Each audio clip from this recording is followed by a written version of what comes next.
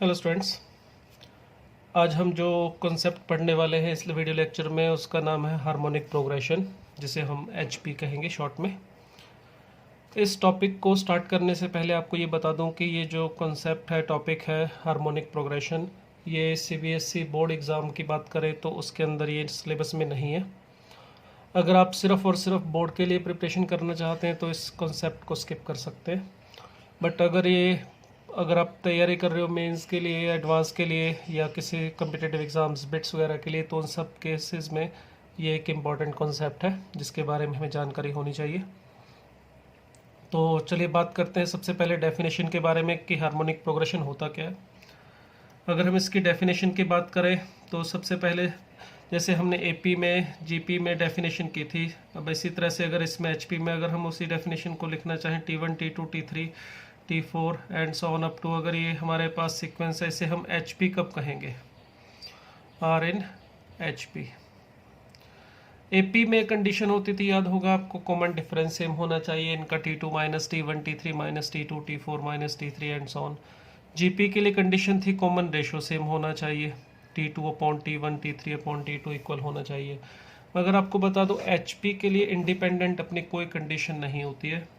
अगर किसी सीक्वेंस को चेक करना है कि वो HP है या नहीं, तो इसके लिए सिंपल सा काम होता है उसका reciprocal 1/T1 1/T2 1/T3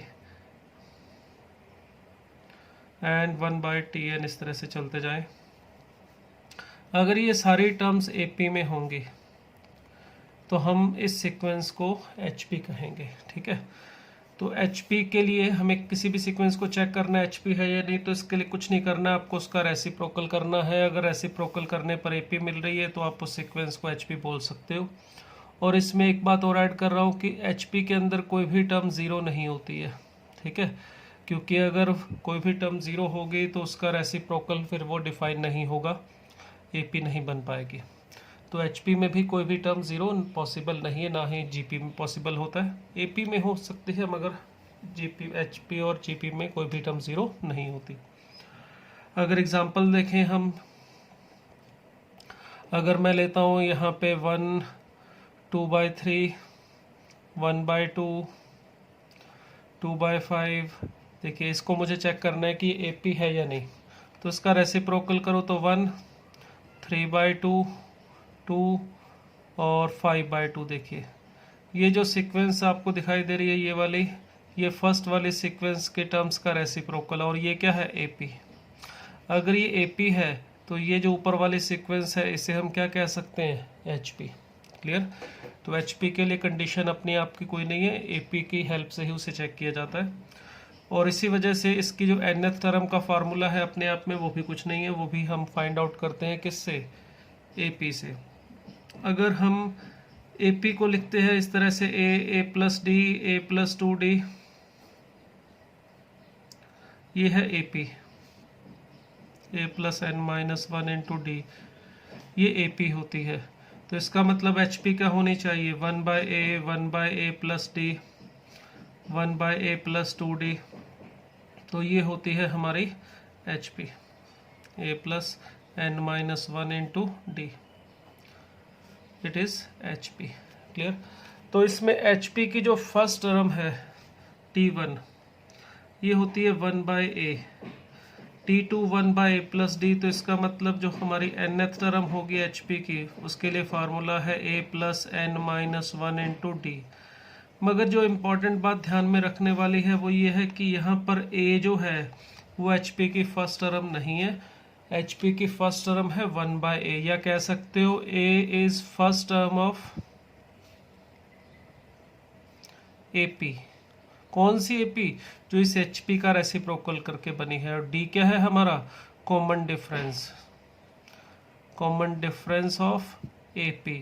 AP कौन सी है ये ध्यान रखना, कोई भी जनरल AP नहीं, जो हमारे पास सीक्वेंस HP जो दे रखी है उसका रेसिप्रोकल करने से जो AP मिल रही है उसकी फर्स्ट टर्म और उसका कॉमन डिफरेंस, ये दो चीज़ें पहले हमें चाहिए। अब इसमें AN अगर हमारे पास nth टर्म ऑफ AP में लिखूं तो वो होता है A plus n minus 1 into D। तो Tn जो है हमारे पास nth term of HP,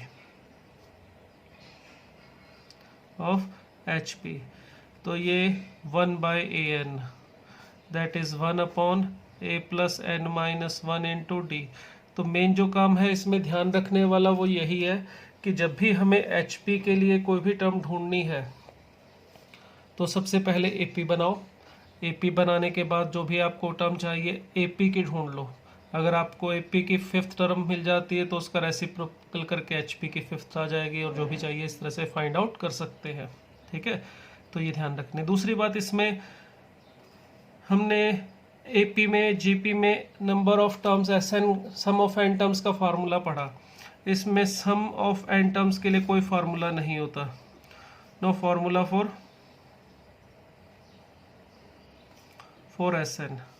SN यानी कि n टर्म्स का सम फाइंड आउट करने के लिए यहाँ कोई भी फार्मूला नहीं है, ये ध्यान रखिएगा। क्या मतलब है कोई फार्मूला नहीं है?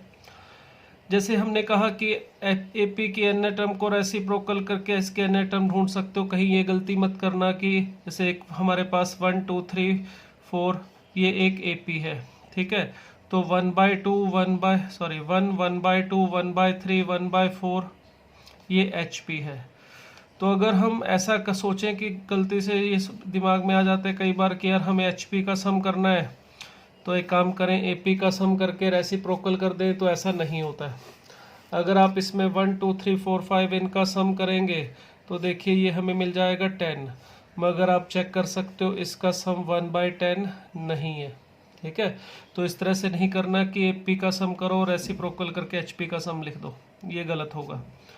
HP का सम करने के लिए कोई फार्मूला नहीं है। अगर आपको इन चारों का सम करना है तो आप एक ही तरीका है कि इनको 1/2 ऐसे सिंपली 1 प्लस 1/2 1/3 1/4 एलसीएम वगैरह ले। उसके बाद यहाँ पे 12 प्लस 6 प्लस 4 प्लस 3 इस तरह से ऐड करें, और कोई इलाज इसमें नहीं है। ठीक है, तो सम के लिए HP में कोई भी फार्मूला नहीं होता, तो ये ध्यान रखना है।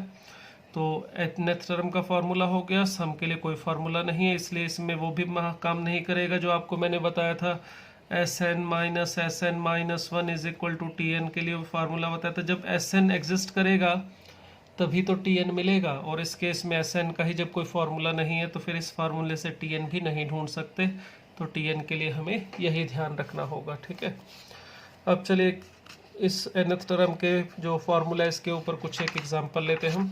देखिए क्या है पहला एग्जांपल। इसमें हमें कहा हुआ है 3rd and 6th term of HP are 1/3 and 1/5। क्या क्या गिवन है देख लेते हैं, जो जो दिया वो उसको मेंशन कर लेता हूँ। पहले हमें एक तो 3rd टर्म दे रखी है 1/3, और एक 5th टर्म दे रखी है 1/5 ये गिवन है, and it's last term is 3/203। Number of terms हमें फाइंड आउट करने के लिए कहा है, तो हम मान लेते हैं T1 T2 T3 ये है हमारी HP, और इसमें चलिए TN तक ले लेते हैं, ये HP है। ठीक है, इसमें हमें ढूंढना क्या है, number of terms. Number of terms यानी कि n की वैल्यू जो है वो हमें पता करनी है। इसके लिए हमें क्या क्या गिवन है, एक तो T3 दिया हुआ है, T6 दिया हुआ, और एक हमें लास्ट टर्म का मतलब TN भी गिवन है 3/203। तो इसका यूज़ करके हमें n को फाइंड आउट करना है। तो देखिए अगर हम इसमें HP को लिखें तो HP हम इस तरह से लिख सकते हैं 1/a 1/a plus d and so on, जिसमें a है फर्स्ट टर्म ऑफ AP और d कॉमन डिफरेंस है AP का। तो इसका मतलब यहाँ से ये होना चाहिए 1/a plus 2d third term, और 6 टर्म होना चाहिए 1/a प्लस 5d। अब देखिए अगर a plus 5d is equal to 5 और a plus 2d is equal to 3, ये हमें मिल गया है, तो इससे हम a और d फाइंड आउट कर सकते हैं इजीली।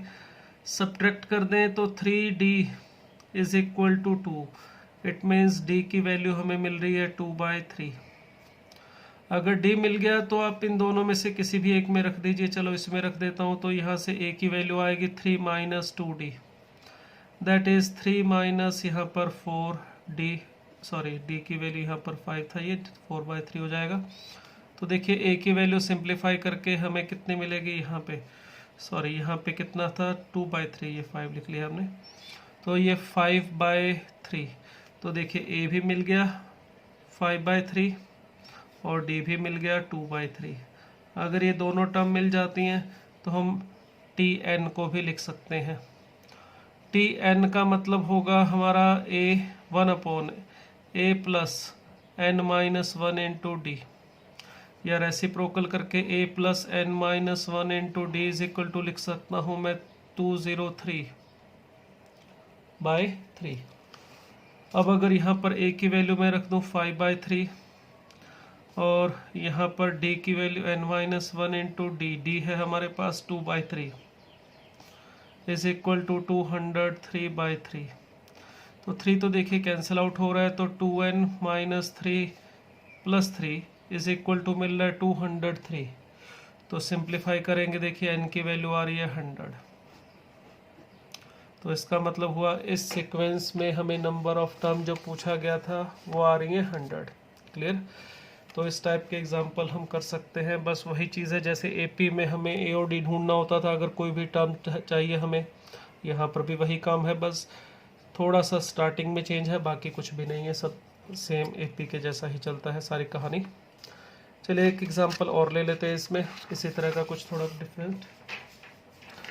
अब देखिए इस वाले एग्जांपल में हमें क्या मेंशन किया हुआ, क्या गिवन है, लगभग वैसा ही एग्जांपल। इसमें फर्स्ट 2 टर्म्स ऑफ एचपी दे रखी हैं। क्या क्या दिया हुआ है, 2/5 एंड 12/13। और फाइंड आउट क्या करना है, लार्जेस्ट टर्म। कोई पर्टिकुलर टर्म नहीं पूछे हमसे, 5th 10th 100th ऐसा कोई नंबर का टर्म का नंबर नहीं बताया हमें ये बताना है कि सबसे बड़ी टर्म इस सीक्वेंस में कौन सी होगी। तो इसको पता करने के लिए चलिए वही करते हैं जैसे हमने लास्ट एग्जांपल में किया था। हमें फर्स्ट टर्म जो है उसको मैं 1/a लिख लूँ, तो ये है 2/5, ठीक है। और सेकेंड टर्म का मतलब 1/a प्लस डी, ये दिया हुआ है 12/13। तो यहाँ से तो a की वैल्यू हमें सीधी ही मिल गई है 5/2, और यहाँ से a प्लस डी की वैल्यू है 13/12। रेसिप्रोकल करके अगर हम यहाँ से d ढूंढना चाहें तो 13/12 minus a, that is 13/12 minus 5/2, ये मिल रहा है हमें। तो देखिए d की वैल्यू कितनी आ रही है, यहाँ पे अगर एलसीएम लेंगे तो ये हमें 12 मिलेगा नीचे, और ऊपर आ जाएगा 13 माइनस 30, दैट इज माइनस 17/12।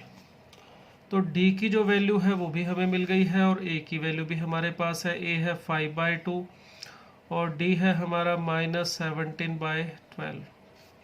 अगर हम AP बनाएं पहले इससे, तो a plus D, a plus 2d, इस तरह से AP मिलेगी, a प्लस 3d करके। तो a तो है हमारा 5/2 और d है हमारे पास माइनस 17/12। तो यहाँ से फर्स्ट और सेकंड टर्म तो सीधा ही पता थी हमें, 13/12 यहाँ पे लिख दो, इसका सम करके आ जाएगा। अब अगर हमें चाहिए इसके आगे की टर्म, तो a प्लस 2d, इसको 2 से मल्टीप्लाई करके ऐड कीजिए, देखिए, या इसमें सीधा सीधा माइनस 17/12 ऐड कर दिए तो ये माइनस 4/12 मिल जाएगा। इसी तरह से फिर इसमें ये ऐड कर दीजिए तो हमें मिल जाएगा माइनस 21/12, माइनस ये 17/12 इसमें ऐड कर दीजिए, माइनस 38/12। तो ये इस तरह से मिलता जाएगा।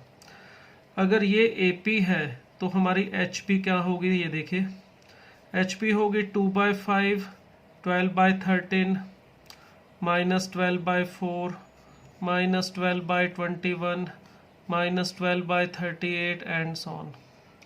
अब ये दिखाई दे रहा है कि ये जो टर्म है ये सारी की सारी नेगेटिव आएंगी आगे। क्लियर, क्योंकि ये वाली टर्म जो AP में है ये सारी नेगेटिव है। अब इसका मतलब हुआ भाई ये 2 ही पॉजिटिव टर्म है, और दोनों में से ये दिखाई दे रहा है कि बड़ी टर्म कौन सी, ये 2/5 और 12/13 में से ये वाली टर्म जो है पॉजिटिव वाली टर्म, दोनों में से ये बड़ी है। तो इसका मतलब हो गया हम आगे चलते जाएं तो जो टर्म है सारी की सारी नेगेटिव आएंगी, तो सबसे बड़ी टर्म कौन सी रहेगी, 12/13। तो लार्जेस्ट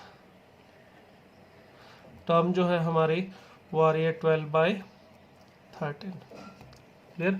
तो इस तरह से हम इसमें सबसे बड़ी टर्म ढूंढ सकते हैं। ठीक है, चलिए एक एग्जांपल और लेते हैं इसी में। ये जो नेक्स्ट एग्जांपल है, देखिए इसमें क्या गिवन है, A1 A2 A3 ये हमें दे रखे हैं HP में, क्लियर। और हमें इस सीक्वेंस का सम जो है पूछा गया है कितना आना चाहिए, और ऑप्शन में दिया हुआ है, ऑब्जेक्टिव फॉर्म में मैंने लिखा है इसको। तो देखिए HP हो तो सम तो हम कर नहीं सकते, और यहाँ पर हमें इस HP का सम नहीं पूछा है, हमें तो ये A1 A2 A2 A3 A3 A4 and so on up to AN-1 AN इसका सम पूछा है। तो इसके लिए आपको बताऊं, हम जब भी ऐसा कोई सीरीज मिलेगा जिसके सम के लिए डायरेक्ट कोई फार्मूला नहीं होगा, ऐसे एग्जांपल्स में हम most of the example method of difference से ट्राई करेंगे। मेथड ऑफ डिफरेंस आपको पहले भी बताया था मैंने कि अगर किसी सीरीज में सीधा सीधा सम नहीं कर सकते तो उसकी जो nth टर्म होती है उसे किसी तरह से दो टर्म्स के डिफरेंस में स्प्लिट कर लेते हैं, कुछ ऐसे। उसके बाद इसमें जब T1 T2 T3 निकाल के हम ऐड करते हैं तो सारी टर्म कैंसिल आउट होती जाती हैं। जैसे T1 ये आ जाएगा, T2 अगर हम फाइंड आउट करें तो V2 माइनस V1, इसी तरह से T3 आ जाएगा V3 माइनस V2। और उसके बाद जब हम इनको ऐड करेंगे तो ऐड करने से क्या होगा, यहाँ से लेके इनका सम करना है तो T1 V1 V1 से V2 V2 से, इस तरह से ये कैंसिल आउट होता जाता है। अगर फर्स्ट वाले में एक नेगेटिव बची तो लास्ट वाले में पॉजिटिव बचेगी, यानी समेशन ऑफ Tn जो आएगा Vn माइनस V 0 आ जाएगा। हो सकता है स्टार्टिंग में पॉजिटिव बचे तो लास्ट वाले में नेगेटिव बचेगी, ऊपर जितनी पॉजिटिव बचेंगी लास्ट में उतनी नेगेटिव बचेंगी, या ऊपर जितनी नेगेटिव बचती हैं उतनी ही लास्ट में पॉजिटिव बचेंगी। तो HP में भी हमारे पास क्योंकि सम का सीधा फार्मूला तो होता नहीं है, तो हम इसे कोशिश करेंगे दो टर्म के डिफरेंस में स्प्लिट करने की। वो कैसे हो पाएगा, देखिए उसके लिए हमें गिवन है A1 A2 A3 ये सारी टर्म्स HP में। अगर ये टर्म HP में है तो हम ये बोल सकते हैं कि इनका रेसिप्रोकल जो होगा A1 1/A2 1/A3 ये सारी टर्म होनी चाहिए हमारी किस में, HP में, क्लियर। अब अगर ये टर्म उल्टा हो गया तो AP बन जाएगी, ये सारी टर्म होनी चाहिए AP में।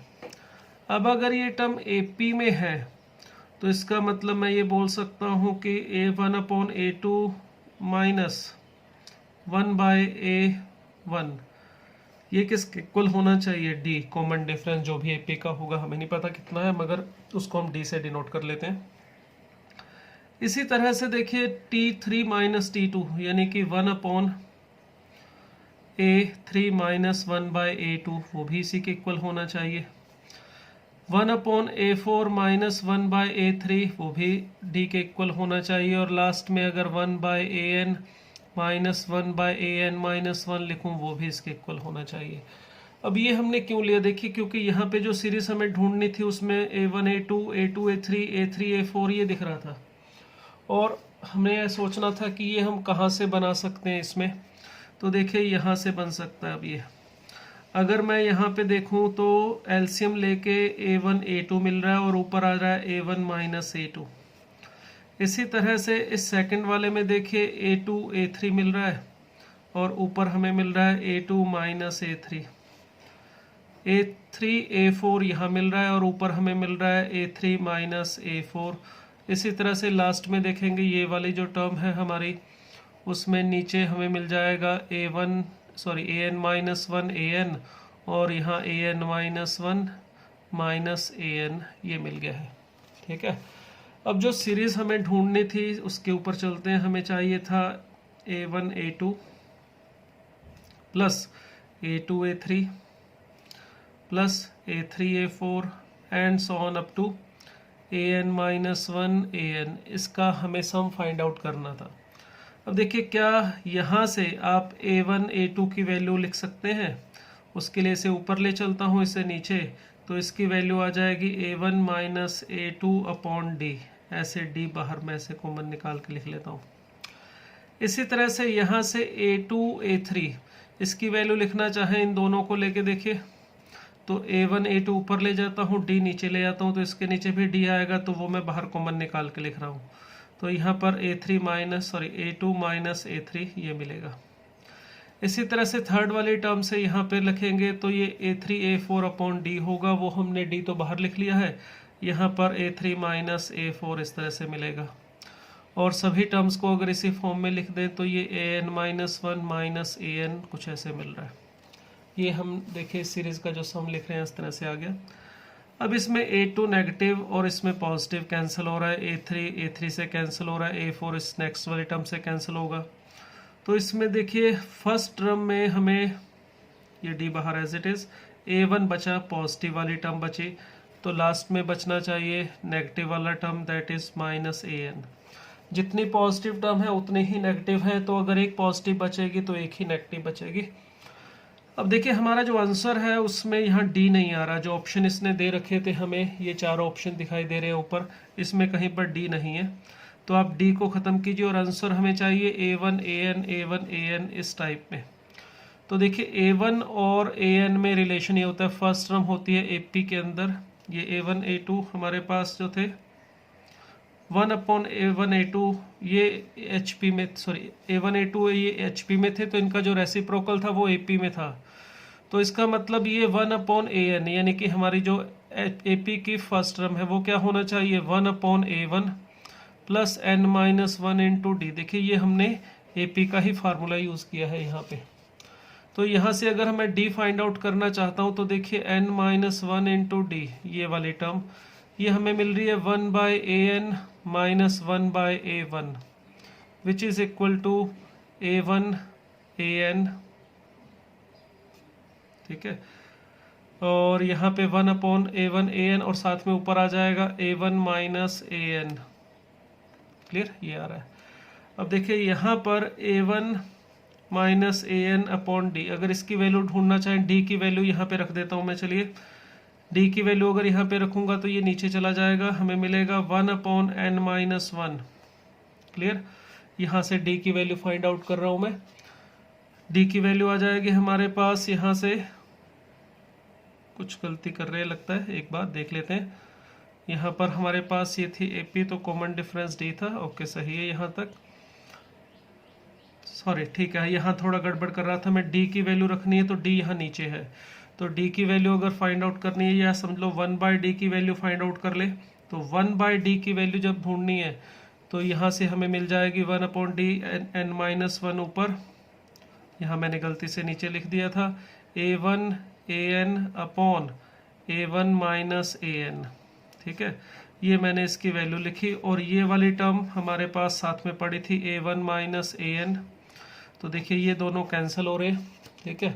और हमें यहाँ पर जो S है हमारा वो किसके इक्वल मिल रहा है, n minus 1 into A1 an के इक्वल।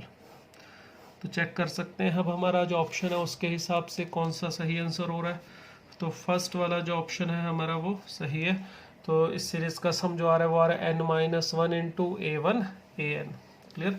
तो इस टाइप के एग्जाम्पल सीरीज़ के हम HP के मेथड ऑफ डिफरेंस अगर अप्लाई हो पाए तो उससे कर सकते हैं। सीधा सम के लिए हमारे पास HP में कोई फार्मूला नहीं होता है।